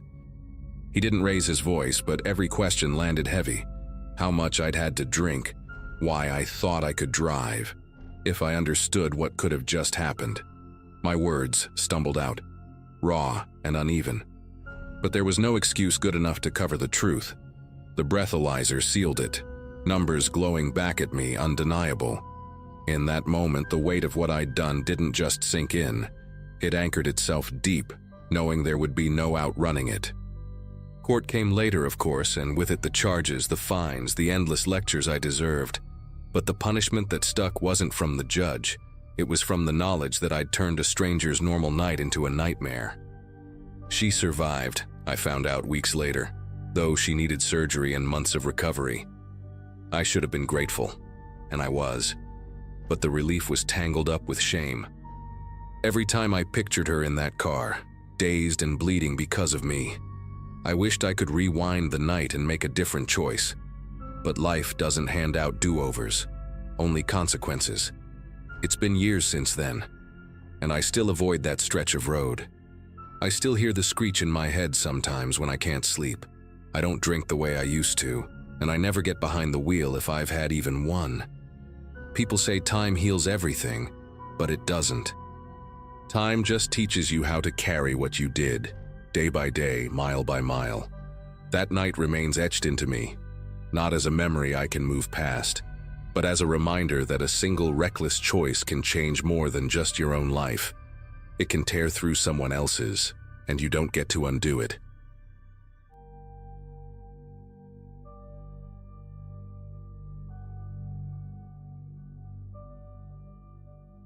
I remember that night vividly because it started out so ordinary.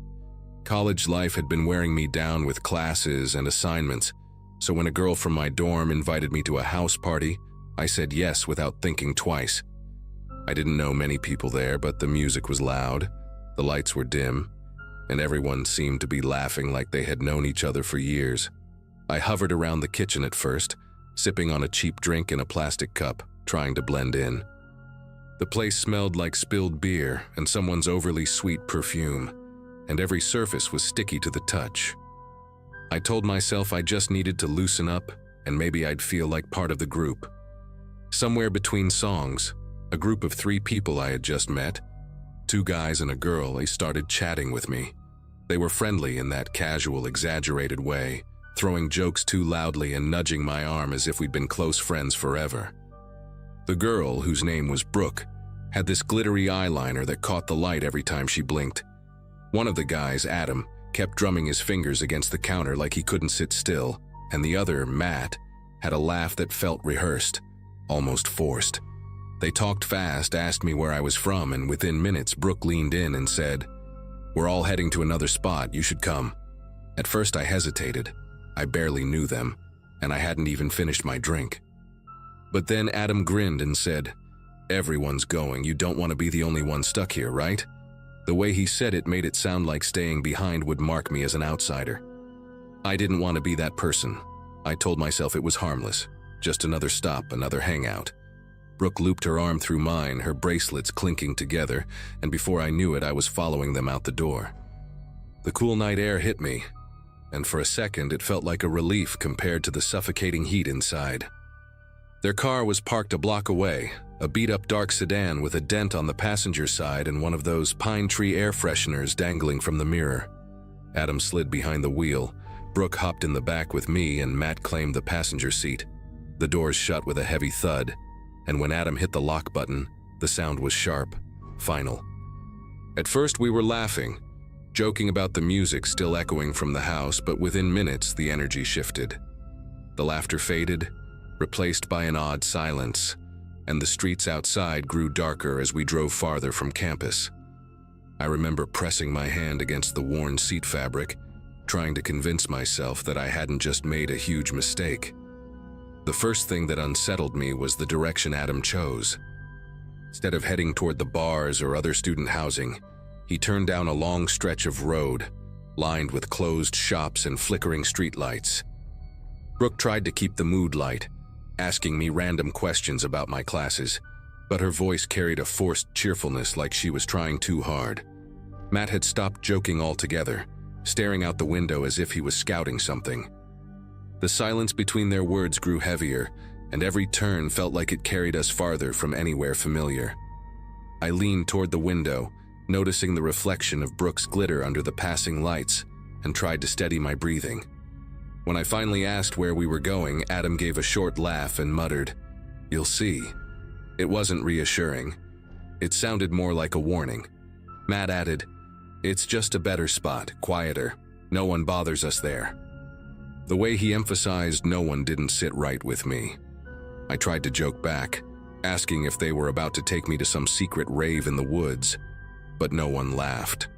The music playing from the car speakers was low, a muffled bass line, but it did nothing to cut through the tension. My throat felt dry and I kept wishing I had just stayed behind at that crowded, sticky house. The roads narrowed, and soon there weren't even streetlights anymore. Just the car's headlights cutting through empty stretches of trees. The air inside the car felt warmer, heavier, and the little pine tree air freshener swayed with each bump in the road. Brooke stopped talking altogether, her arm no longer looped through mine. She just stared at her phone screen, the glow highlighting her sharp eyeliner and blank expression. I realized then that whatever this was, it wasn't about me tagging along to have fun. It was about me being exactly where they wanted me, in the back seat, doors locked, and nowhere near campus. That's when Adam pulled over. The tires crunched against gravel, and the car came to a stop in what looked like an abandoned lot.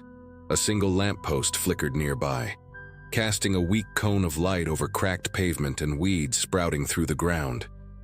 The sound of the engine shutting off seemed louder than it should have been, echoing in the still night. My chest tightened as Matt turned around in his seat, finally giving me his full attention. He smiled, but it wasn't friendly. It was the kind of grin that said I had stepped into something I couldn't step back out of. I remember gripping the seat beneath me, wishing desperately that I could just rewind the night and make a different choice. Adam leaned back in his seat and asked, almost casually, "So you trust us, right?" The question hung in the air, thick and deliberate. I didn't answer right away. My heart was racing and I could hear the faint hum of the lamppost above us, buzzing like it might burn out at any second. I forced myself to nod, trying not to let my voice shake when I said, "Yeah, sure." Matt chuckled, low and dry, and Brooke finally looked up from her phone. She didn't smile, didn't frown. She just stared at me like she was waiting for something. The tension was unbearable, and every second dragged on longer than the last. I knew I had to act, even if it was risky. My phone was buried deep in my bag at my feet, and reaching for it would have made things worse. Instead, I glanced toward the lamppost, pretending to notice something, and said, "Wait, is that a cop car down the street?" For a split second, all three of them shifted their attention toward the window. That moment was enough for me to slam my elbow against the lock switch. The click of the doors unlocking was like a lifeline. I shoved the door open and bolted out into the night, my shoes scraping against the gravel. The lot opened up to a main road just a few hundred feet away. I sprinted, lungs burning, until headlights from an actual car appeared in the distance. Desperation kicked in and I waved both arms, stepping dangerously close to the edge of the road. The car slowed, a middle-aged man rolled down his window, and I blurted out something about being in danger and needing help. He told me to get in, and I didn't hesitate. When I looked back, Adam's car was still parked under the weak glow of the lamppost, the three of them watching from inside, silhouettes framed by the windshield. None of them made a move to follow. The man drove me straight back toward campus, and I didn't even try to explain everything. I just thanked him over and over. By the time I got back to my dorm, my knees were weak, and I could barely hold my key steady enough to open the door. I never saw Brooke, Adam, or Matt again, and no one at the party seemed to know them. To this day, I can't shake the thought that if I hadn't trusted my gut in that split second, I might not be here to write this. It was the last time I ever left a party with strangers. Sometimes fitting in just isn't worth surviving by chance.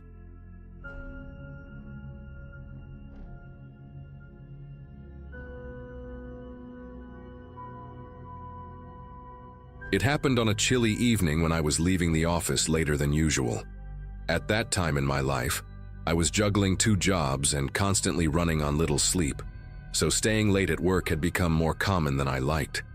The company rented out a small floor in an older office building, and parking was in a half-abandoned garage across the street. That garage always gave me an uneasy feeling, not because of how it looked, but because of how empty it stayed. Most of the lights flickered with a tired hum, and the concrete carried every sound like it was trying to remind you that you weren't really alone. I had just reached my car when I realized I didn't have my purse.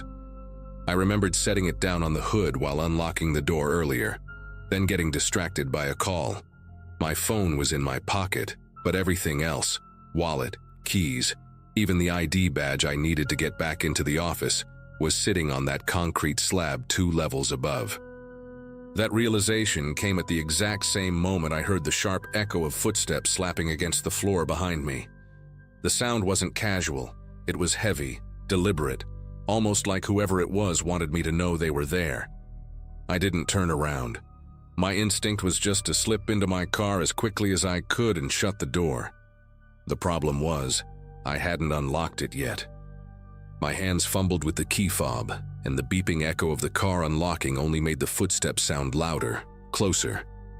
I shoved myself inside, slammed the lockdown manually, and sat in the dim glow of the dashboard, holding my breath until the silence returned. For a minute, I convinced myself I was overreacting. People pass through garages all the time, right? Maybe someone had just taken the stairs behind me, and the acoustics exaggerated it. But then, I thought about my purse upstairs. Driving off without it meant leaving everything behind. Against the voice screaming inside me to just leave, I told myself I'd go back for it quickly, grab it, and head straight out. It sounded reasonable in the moment, but it's the decision I still regret. Climbing the stairwell back to the 2nd level, I tried to convince myself it would be a 30-second trip. Just up, grab the purse, back down. The stairwell smelled like damp concrete and stale cigarette smoke, the kind that clings even when no one's there. My footsteps echoed up the narrow walls, and I noticed how much louder they sounded compared to earlier. Every creak of my shoe against the step made me feel like I was announcing myself. When I pushed the door open to the 2nd level, the air felt heavier somehow. The lights along that row buzzed faintly, some flickering in uneven intervals, casting long shadows that seemed to move even when nothing else did. My car was still where I'd left it, but the spot where my purse should have been was farther back near one of the support pillars. From the doorway, I could already see the strap dangling just over the edge of the hood, swaying slightly like it had been nudged. I told myself the draft from the stairwell door must have moved it. That was the only explanation that made sense. But when I walked closer, the echo of another step, one that didn't belong to me, bounced across the garage. It was softer this time, careful, as if whoever it was had realized I noticed earlier, and now didn't want to be heard.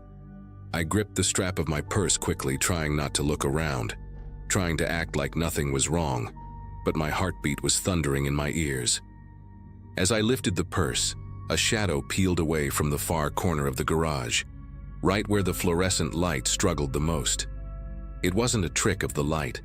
Someone had been standing perfectly still in that darkness, and now they shifted, their outline separating from the column.